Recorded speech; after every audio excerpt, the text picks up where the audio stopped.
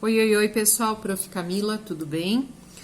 Hoje a gente vai começar um conteúdo novo, que está constando no capítulo 5 do livro didático de vocês e que fala sobre os fundamentos da evolução biológica. Quando a gente fala sobre evolução, é um assunto bastante polêmico, né? A gente tem vários mitos sobre a criação e mitos que estão presentes em praticamente todas as culturas. E elas acabam refletindo muito o contexto histórico em que surgiram e acabam também demonstrando essa necessidade essencial do ser humano, que é buscar explicar a natureza e a origem de todos os seres vivos. E na aula de hoje, e nas próximas seguintes também, a gente vai tentar ver como que a biologia ela explica, então, à luz da teoria evolucionista, a origem dos seres vivos e as mudanças pelos quais eles têm passado ao longo de todos os bilhões de anos de existência na Terra. Quando a gente fala de evolução, né, quando a gente fala da evolução biológica, a gente tem que ter em mente que esse nosso pensamento evolucionista, a gente precisa pensar na enorme diversidade de seres vivos atuais. E essa diversidade de seres vivos, ela é resultado de um longo processo de evolução biológica, pelo qual a vida vem passando desde que surgiu. Então, a partir disso, a gente pode dizer que a evolução, ela é um processo através do qual vão ocorrendo mudanças ou transformações nos seres vivos ao longo do tempo, na busca de uma adaptação que seja cada vez maior no ambiente onde essas espécies vivem e que acaba então originando novas espécies. Até mais ou menos metade do século XIX, a Europa, que era o grande centro das pesquisas, né, adotava o fixismo das espécies, ou seja, os seres vivos não se alteram ao longo do tempo, né? Todas as espécies vivas, elas foram criadas e elas estão hoje exatamente como foram criadas. A maior parte dos naturalistas, os naturalistas, eles também aceitavam o criacionismo. Então, notem que o fixismo ele está muito ligado ao criacionismo, né? Aquela doutrina que defendia a ideia de que o número de espécies, além de ser fixo, ele foi determinado por Deus no momento da sua criação. Só que aqui nós estamos falando de ciência, nós não estamos falando de religião. E o desenvolvimento da ciência e também a descoberta de novos ambientes, de novos continentes, e novos continentes que apresentavam uma fauna, uma flora bastante distinta daquela típica encontrada na Europa pelos naturalistas europeus, começou a despertar um interesse maior de que daqui a pouco o criacionismo e o fixismo não estavam tão corretos e não eram tão verdades absolutas assim. E aí, a partir do século XVIII, alguns naturalistas que não estavam mais se adequando muito à teoria fixista e criacionista, eles começaram a admitir algumas transformações nas espécies. E aí, já no século seguinte, no XIX, algumas obras, alguns escritos foram realizados com base numa nova teoria, numa teoria evolucionista. O que a teoria evolucionista, o que esses escritos traziam, né? Que esses estudiosos da natureza, eles começaram a questionar toda essa imutabilidade das espécies. E começou então a surgir os primeiros evolucionistas. Para estas pessoas que defendem o evolucionismo, os seres vivos eles vão se modificando ao longo do tempo. E as formas atuais de vida, elas são descendentes de espécies ancestrais que foram se transformando e também foram evoluindo ao longo do tempo. Então, os evolucionistas, eles acabam questionando aquelas verdades absolutas, né? Porque os fixistas e os criacionistas, eles não admitem questionamento, enquanto que os evolucionistas, eles começam justamente a questionar. E aí várias teorias evolutivas, elas surgiram, né? A partir disso, porque para a ciência, aqui no livro de vocês está bem claro, né? Para a ciência não existe verdades inquestionáveis. Uma explicação científica, ela nunca é considerada uma verdade absoluta. Ela é aceita como uma verdade enquanto a gente não tiver outras razões para duvidar dessa veracidade. E aí, por isso, então, é que surgiu o evolucionismo, desse questionamento sobre as situações. Tá? O evolucionismo, ele tem passado ao longo do tempo por várias transformações, por vários testes, né? E por enquanto é o ponto de vista da ciência como uma explicação racional e como uma explicação coerente para o conjunto de fatos sobre toda a origem das espécies e a diversidade de seres vivos que nós temos hoje no ambiente. E aí nós temos alguns defensores dessa teoria. E a primeira delas é o primeiro nome, então, quando a gente fala em ideias evolucionistas, é o do Lamarck. Tá? Quando a gente fala de Lamarck, nós temos alguns pressupostos básicos. O Lamarck, ele foi o primeiro a perceber a importância da adaptação dos seres vivos no ambiente e a sua relação com a evolução. A evolução, para o Lamarck, ela seria causada pela resposta dos organismos às condições ambientais. E aí, quando a gente fala de Lamarck, nós falamos de duas explicações, dois conceitos bem básicos, que é a lei do uso e desuso e a lei da transmissão das características hereditárias. Tá? O Lamarck, a teoria dele, ela pode ser definida com uma frase bem curtinha, que o meio ele vai provocar mudanças nos organismos visando uma adaptação. Se a gente pudesse esquematizar essa teoria lamarquista, o Lamarck ele defende de que há uma mudança ambiental, essa mudança ambiental gera uma nova necessidade do organismo. Em razão dessa nova necessidade do organismo, essa espécie ela tem novos hábitos de vida.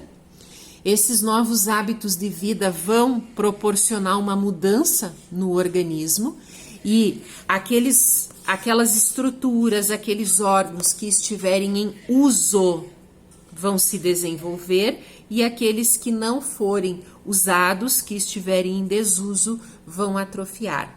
E essas mudanças no organismo, elas são transmitidas para os seus descendentes. E a partir do momento que elas são transmitidas aos seus descendentes, ocorre uma adaptação da espécie ao longo das gerações. E aí, para usar, para justificar, né, para determinar esses seus argumentos, o Lamarck ele usou alguns exemplos, né, que está no livro de vocês na página 105. E um dos exemplos que ele fala é sobre as aves pernaltas.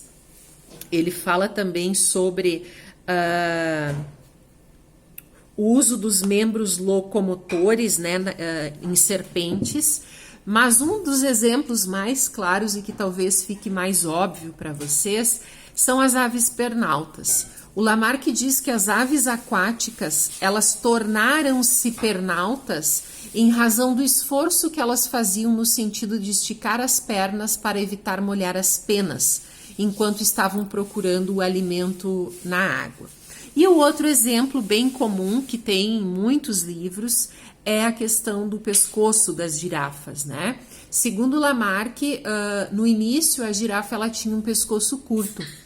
E como a vegetação era bastante rasteira, ocorreu uma alteração ambiental que reduziu bastante esse tipo de vegetação, esse tipo de alimento, e isso acabou forçando então o animal a procurar um alimento nas árvores.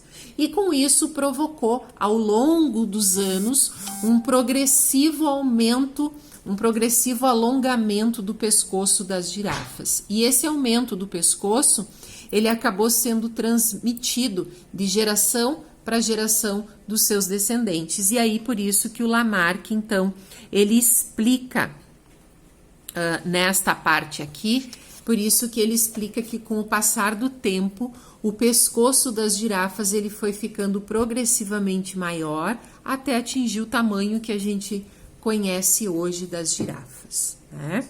Tem uma curiosidade muito interessante que vocês podem pesquisar, é sobre o que acontece numa região específica da Birmânia, né? Uma tradição que ocorre quando os indivíduos daquela comunidade nascem e acabam colocando alguns anéis no pescoço, né? Então seria bem interessante vocês pesquisarem sobre para conhecerem esta cultura da Birmânia e que a gente pode associar, né, com a ideia do Lamarck.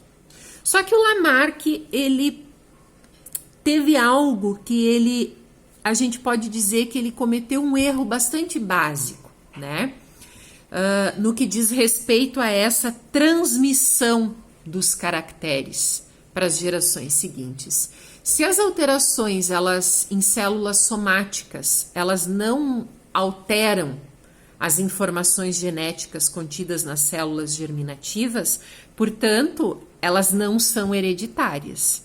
E aí, como é que passa de uma geração para outra? Porque a gente já estudou no semestre passado que eu preciso dessa lei da hereditariedade.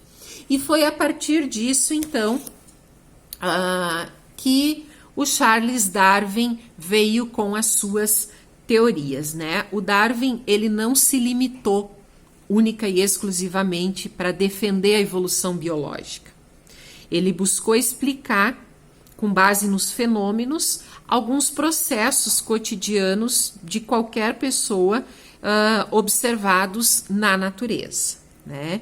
E por isso Charles Darwin, então, elaborou a sua teoria. Essa teoria do Charles Darwin, ela foi elaborada depois de uma viagem que ele fez ao redor do mundo para estudar, então, durante mais ou menos 5 anos, para estudar a costa de toda a América do Sul, da Nova Zelândia e da Austrália. Aqui no mapa está todo o percurso que o Charles Darwin fez num navio da Marinha Britânica denominado Beagle. E ele observou muito, ele era um desenhista exímio, né? Um observador muito atento, e ao longo desse tempo, especialmente quando ele atracava o seu navio e ele passava uma boa parte do tempo na terra, coletando animais, coletando plantas, fazendo desenhos de tudo que ele observava, inclusive, por exemplo, do formato do bico dos animais, do tipo de vegetação que era característico aonde essas espécies estavam, né? Então, características próprias destas espécies identificadas por ele, né? Então, aonde o navio parava, em qualquer ponto que ele parasse, ele observava, ele desenhava e ele coletava muitas espécies. E aí, quando ele voltou para a Inglaterra, ele começou a descrever, então, o primeiro caderno de anotações sobre transmutação das espécies, na qual ele registrou a ideia de um parentesco evolutivo entre as espécies dos seres vivos, né? que a gente consegue visualizar nesta árvore filogenética de pássaros que ele observou em Galápagos, próximo da ilha de Galápagos, né? E a partir dessas observações todas, ele fez algumas perguntas básicas, né? Se os animais e as plantas, eles tivessem sido criados como se apresentam hoje, por que espécies diferentes, mas distintas, mas semelhantes, como pássaros e jabutis, que ele observou também em Galápagos, por que elas foram colocadas pelo Criador, então, apenas em ilhas próximas e não distribuídas pelo mundo? A outra grande indagação do Darwin foi de por que em algumas ilhas com climas e condições físicas bastante semelhantes, mas que estavam geograficamente distantes, elas não tinham espécies semelhantes. E a terceira grande indagação do Darwin foi de por que os fósseis se parecem com espécies que habitam hoje não, naquela época, né? Naquela época, os locais onde eles foram descobertos. E aí, a partir de todos os seus relatos e todas as suas observações e todas as espécies coletadas, ele concluiu, entre inúmeras outras coisas, que a semelhança entre a flora e a fauna das ilhas vizinhas, ela se deve muito ao fato delas terem se originado da mesma espécie ancestral, provenientes de continentes bastante próximos. E aí a gente teve, então, o auxílio da biologia molecular, que tem confirmado essa teoria darwinista, né? E aí, por isso, a gente tem o conceito do darwinismo com o processo de seleção natural muito próximo. Por quê? Porque o Darwin, ele defende que há uma grande fertilidade dos organismos vivos e que essa grande fertilidade dos organismos vivos, ela acaba gerando uma superprodução de descendentes. E aí, a partir dessa superprodução de descendentes, o Darwin se fez valer daquilo que Malthus sugeriu no seu ensaio, né, num livro, aonde ele disse que havia um descompasso muito grande entre o crescimento da população e a produção de alimentos. E isso seria a principal causa de miséria humana e de morte das espécies. Então, para o Darwin, com essa superprodução de filhos, os seres de uma mesma espécie, eles acabam apresentando uma variação nas características e eles vão herdar dos seus ancestrais características favoráveis ou desfavoráveis de si mesmo.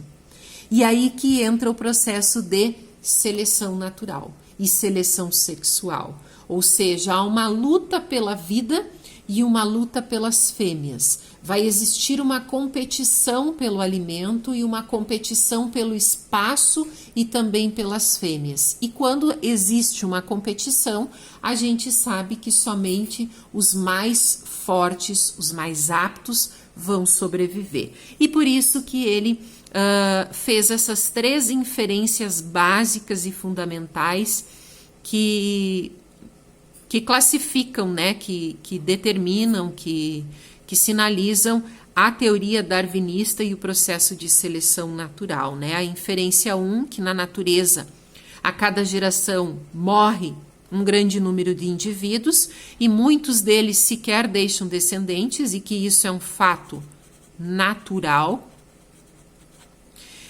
Que os indivíduos que sobreviverem e que se reproduzirem a cada geração são preferencialmente os que possuem determinadas características relacionadas à adaptação de condições ambientais, e isso inclui a luta pelo alimento e a luta pela fêmea.